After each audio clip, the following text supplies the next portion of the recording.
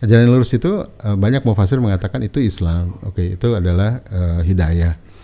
Tapi ada juga menyebutnya itu adalah jalan hidup. Ya, jalan hidup itu adalah kita mau menuju Allah dengan cara apa gitu ya, dengan tugas apa kita menuju Allah. Nah itu kalau dikaitkan dengan fungsi kita sebagai Khalifatullah fil ardh, itu adalah misi hidup sebenarnya. Gitu ya. Bahkan di surat Fatir ayat 37, surat 35 ayat 37 itu lebih mengerikan lagi ayatnya. Ya, jadi saya lacak tentang usia 40 gitu ya, usia 40. Jadi nggak harus usia 40 menemukan misi hidup, ya, rentang 15-40. Di surat Fatir itu ada ayat yang bagi saya tuh serem banget gitu ya. Yastarikhuna fiha, ya, berteriak, penghuni neraka itu menjerit. Ya, Rabbana akhrijna, ya Rabb kami keluarkan kami dari neraka. Ya, niscaya kami katanya wa na'mal amilan sholihan ghairal ladzi kunna na'mal. Kami akan melakukan amal soleh yang dulu kami tidak kerjakan atau yang berlainan dari dulu kami kerjakan. Kebayang nggak? Ingin keluar dari neraka, akan kembali ke dunia, akan melakukan amal soleh yang berbeda dari yang dulu kami kerjakan. Berarti kalau gitu dulu melakukan amal soleh nggak? Iya gitu. Tapi bukan itu yang Allah maksud. Ini kan ada dua nih. Amal soleh tadi ghairal ladzi kunna na'mal sama amal soleh yang Allah ridhoi. Ya gitu ya. Jadi saya melihat ini adalah peran peradaban spesifik yang mau kita jalankan. Khalifah versi apa yang mau kita tunaikan. Begitu ya.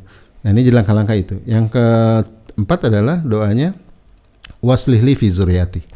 Ya Allah perbaikilah aku untuk mendidik anak-anakku. Tadi ya bicara tentang family legacy. Bagaimana ya makanya kurikulum pendidikan anak itu sebenarnya ditentukan dari misi ayah. Gitu kan balik lagi ke sana tuh. Ya dari peran peradaban jadi mendekatkan cinta, ya husnul khotimah, manfaatnya banyak tuh. Anak-anak bisa melanjutkan ilmu yang bermanfaat, amal jariah, ya termasuk tadi kurikulum di rumah. Jadi saya sering ditanya kurikulum terbaik di rumah Anda apa? Ya tentunya berbasis fitrah, berbasis kitabullah gitu kan, bersandar pada Allah. Gitu. Yang keempat tadi ya harus relevan dengan misi keluarga. Mau dibawa kemana keluarga ini? Gitu ya. Misalnya Pak Habibie, kenapa anak-anak sekolah tinggi? Karena memang ingin melanjutkan perjuangan Pak Habibie. Ada keluarga lain anaknya nggak sekolah, kenapa? Bapak ibunya pengen anaknya jadi pengusaha nggak perlu sekolah. Itu kan bagian dari relevansi dengan misi keluarga. Jadi mudah. Kalau misalnya keluarga kita misinya ya ingin melahirkan para ulama Al-Quran gitu misalnya begitu ya misi keluarga kita, maka kurikulum di rumah ya seputar itu gitu ya. Bagaimana anak kita cetak jadi ulama Al-Quran karena memang misi keluarganya itu. Dan kita sebagai ayah harus menunjukkan itu gitu ya. Jangan cuma misi-misian doang. Kita harus mewujudkan itu misalnya gitu ya. Nah ini surat Al-Kahf, langkah-langkahnya di surat Al-Kahf sebenarnya. Mudah-mudahan manfaat. Ada yang bertanya lagi? Ada pertanyaan lanjutan Ustaz. Oh silakan. Kalau tadi dari sisi suami ini dari sisi istri. Iya. Assalamualaikum warahmatullahi atas ilmunya. Waalaikumsalam warahmatullahi. Cara istri mendorong suami melakukan misinya. Jika si suami dulunya peran ayah di masa kecil, si suami tidak mendapatkan peran ayah yang maksimal. Iya. Bagaimana istri mendorong? Iya. Nah, langkah pertama tentunya menyadarkan karena banyak ayah tadi ya pertama membatasi hanya cari nafkah gitu kan, mesti disadarkan tuh. Ya coba lihat Al-Quran ya, ayah-ayah di Al-Quran tuh nggak gitu ceritanya ya gitu ya. Ayah itu bahkan di Al-Quran itu narator peradaban. Maka dialog-dialog di Al-Quran antara orang tua sama anak itu ada 17 dialog, 14 dialognya ayah sama anak, 2 dialognya ibu sama anak, 1 dialog berdua. Jadi ayah itu adalah great narator ya, ngomongnya dikit tapi dalam tuh ayah ya, sama kayak doa Nabi Ibrahim alaihissalam dan seterusnya. Dialognya tuh dikit tapi dalam ya. Nah begitu ya. Jadi ayah ini harus disadarkan. Ya. Yang kedua digali masalahnya di mana tadi ya, mungkin masa lalunya. Ya, have no idea to be a good father misalnya, nggak punya role model gitu ya. Bagaimana sih jadi ayah yang baik gitu ya. Tadi kalau kata moderator ada ada kolonialisasi gitu ya, berpikir kolonial. Yang mungkin ya kita harus dekolonialize gitu ya, harus melakukan dekolonialisasi gitu ya. Caranya apa? Ya kolonialisasi itu diawali dengan merusak pikiran dulu kan. Setelah pikiran dirusak, baru kemudian secara politik dan secara ekonomi kita ditindas gitu ya. Karena pikiran dulu yang dirusak. Maka untuk membebaskan diri dari kolonialisasi, ubah cara pandang gitu ya. Bahwa hidup bukan tentang cari makan gitu. Ubah itu. Hidup itu harus berdaulat. Ya, bukan tergantung pada sistem gitu ya. Dan seterusnya begitu. Jadi sadarkan ayah itu. Kalau sadarkan ini nggak harus kita sebenarnya. Ada berapa ayah kalau istrinya ngomong belum tentu dengar. Sepakat nggak? Ya dia merasa digurui begitu ya. Itu harus kita cari jalan lain ya. Misalnya lewat ustadz, lewat orang lain, atau kita culik untuk family coaching sama saya gitu ya. Biasa kalau orang lain ngomong lebih dengar dia, apalagi kalau orang itu idola dia gitu, misalnya ustadz atau siapa gitu ya. Kita bisa lewat jalan itu, kalau langsung direct itu sulit gitu ya. Nah, terus yang ketiga juga biasanya para ayah ini sibuk dicari uang atau di karir begitu ya. Nah, itu perlu dipetakan hidupnya nih, dia bahagia nggak gitu ya. Kadang-kadang kalau dia nggak bahagia menjalani hidupnya, boro-boro suruh bikin misi visi gitu ya, dialog aja kering gitu dengan istrinya gitu. Sholat mungkin hambar gitu ya, sholat ya sholat gitu ya, tapi hampa begitu. Nah, kita penting untuk menggali itu ya, menggali penyebab-penyebab kenapa suami itu nggak punya misi. Tapi ada juga kemarin ada ibu cerita suaminya punya misi tapi misinya nggak utuh. Ya dia tuh senang dakwah sosial, dakwahnya keren gitu ya, tapi di rumah berantakan gitu ya, cuek sama anak gitu ya. Itu ada tuh suami gitu, dai-dai begitu ada tuh.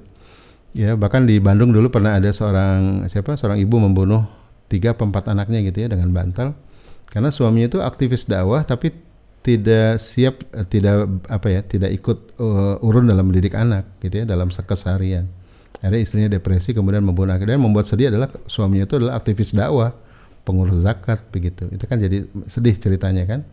Karena nanti misi hidup itu meliputi 8 aspek ya. Pertama memang harus menyeru kebenaran dalam satu bidang. Yang kedua nanti harus ada inovasi apa? Yang ketiga harus ada solusi. Yang keempat harus ada kurikulum di rumah yang dirancang bersama. Jadi anak-anak istri dilibatkan dalam proses. Jadi kalau tadi saya bilang, kalau seorang ayah punya misi dakwah, jadi misi hidup itu dakwah ya, tapi dakwah yang spesifik dalam satu bidang untuk memperbaiki umat gitu.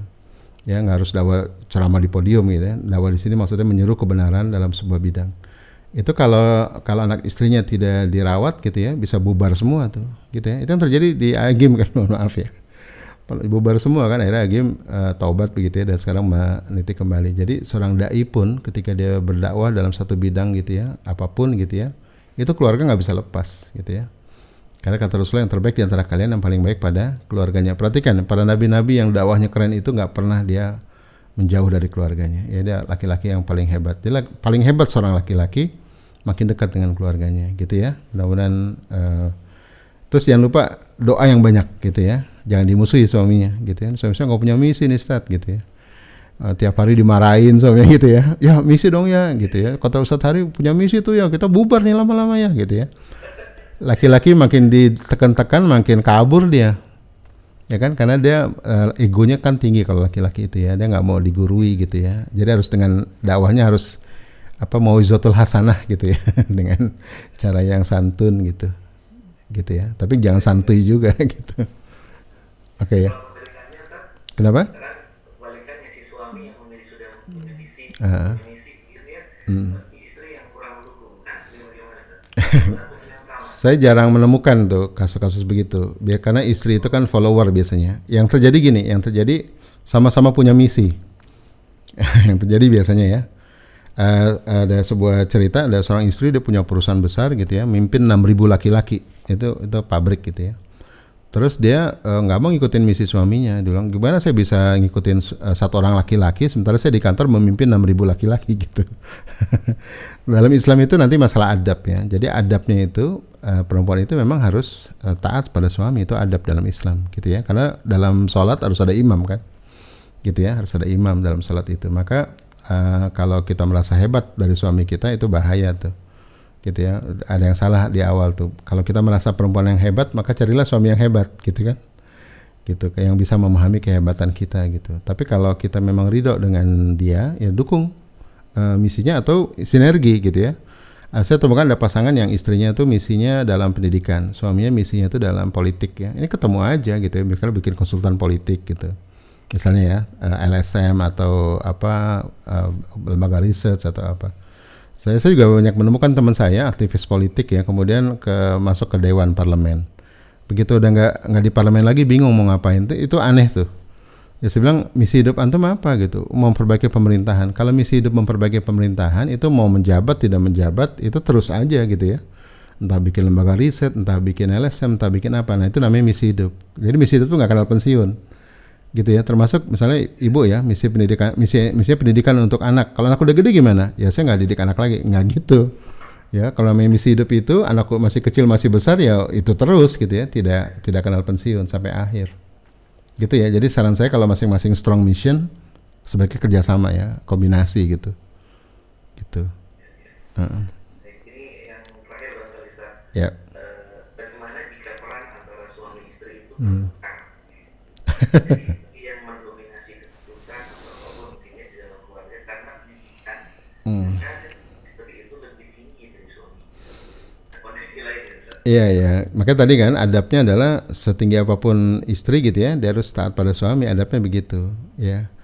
Saran saya kalau misalnya istri merasa lebih strong missionnya gitu ya, itu atau sama-sama strong, kombinasi pertama. Yang kedua kalau merasa lebih strong, ayahnya nggak punya misi misalnya atau lemah di sisi itu, saran saya serahkan aja misi Anda pada suami ya. Ini Bunda sudah ajak misinya, ayah nampaknya belum punya misi, gimana kalau kita perjuangan ini bersama ya.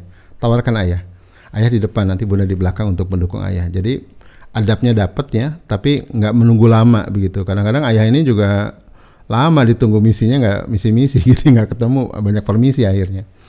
Laki-laki tanpa misi itu nanti penuh permisi gitu ya, pengen kawin lagi pasti tuh, karena dia galau soalnya kan, dia galau. Saya bukan menentang poligami ya, tapi laki-laki yang nggak on mission itu biasanya jadi apa ya, aneh gitu, melayang-layang nggak jelas gitu ya. Kan laki-laki itu imam ya, kebayang nggak kalau imam nggak tahu kiblat, kebayang nggak, galau kan? Atau pilot tapi nggak tahu rute penerbangan, itu kapalnya jatuh lama-lama gitu ya.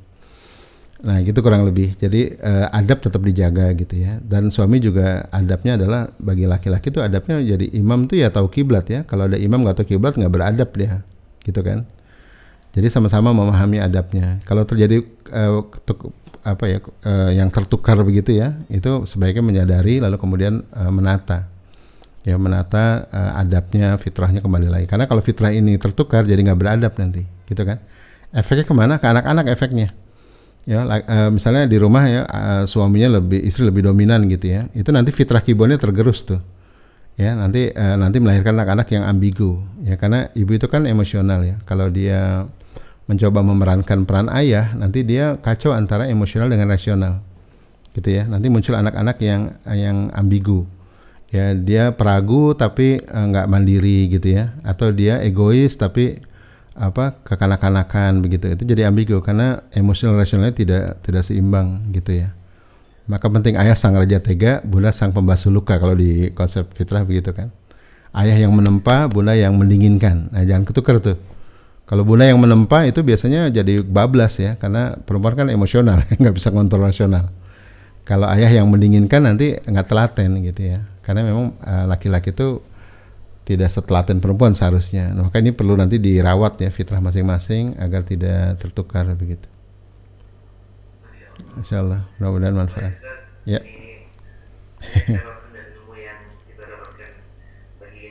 Alhamdulillah. Ya, insyaallah.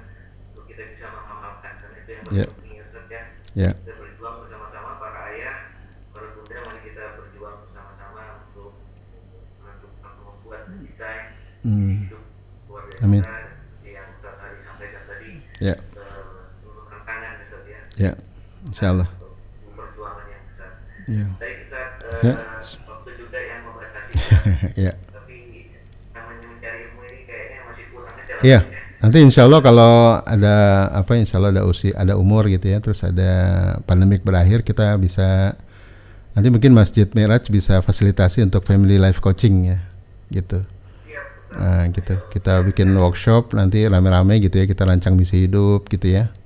Nanti follow up-nya bisa, kalau follow up nanti private ya, kalau follow up tuh private. Gitu. Kalau merancang bisa bareng-bareng, tapi follow up-nya nanti private. Insyaallah. Alhamdulillah. Mudah-mudahan bermanfaat. Assalamualaikum warahmatullahi wabarakatuh.